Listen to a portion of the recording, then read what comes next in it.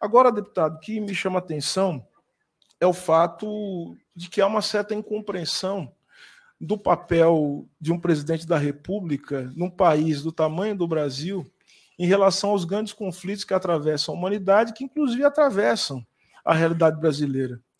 Então, vejam, o senhor começou o vídeo falando sobre o presidente Vladimir Putin, né?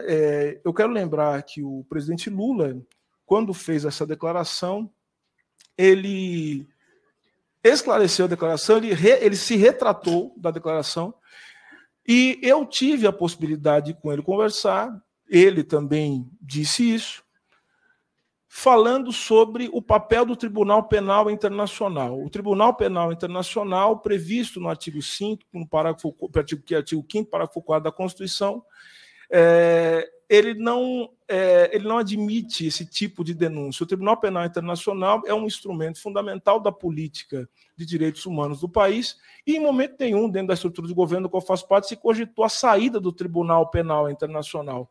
O que o presidente ressaltou, obviamente, era que era necessário estabelecer um diálogo antes de qualquer tipo de tomada de decisão que pudesse fazer com que o diálogo se tornasse impossível na resolução de um conflito político. E era necessário, portanto, que houvesse, obviamente, a condução de um diálogo, de uma conversa, longe de um ambiente que pudesse cada vez mais fazer com que os ânimos se exaltassem.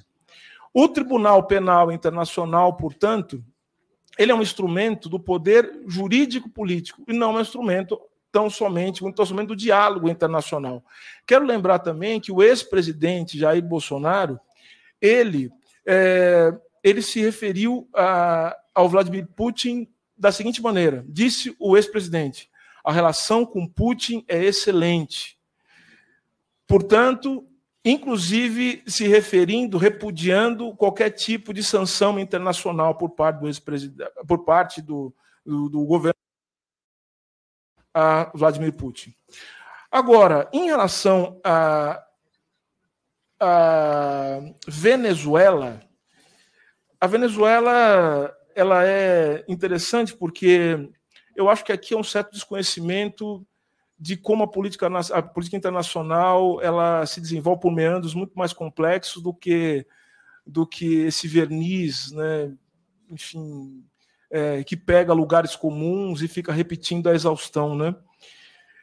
Eu quero lembrar o seguinte: no dia 17 de julho, o presidente Lula ele se reuniu em Bruxelas com a presença do presidente da França, Macron, com o presidente Gustavo Petro, da Colômbia, com o presidente Alberto Fernandes e com José Borrell, chefe da União Europeia, representantes do governo Maduro e também da oposição venezuelana, que foi representada pelo senhor Geraldo Blidi.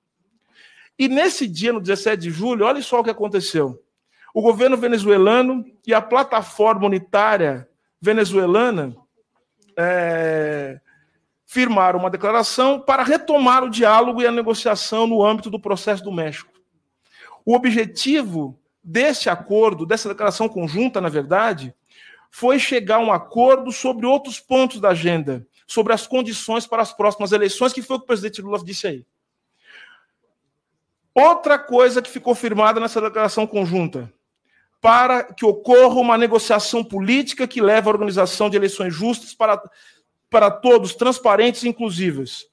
E mais, que o processo seja acompanhado de uma suspensão das sanções e acompanhamento internacional. Portanto, as relações com Nicolás Maduro, elas são relações feitas por outros países e que visam justamente resolver o problema da violência na Venezuela.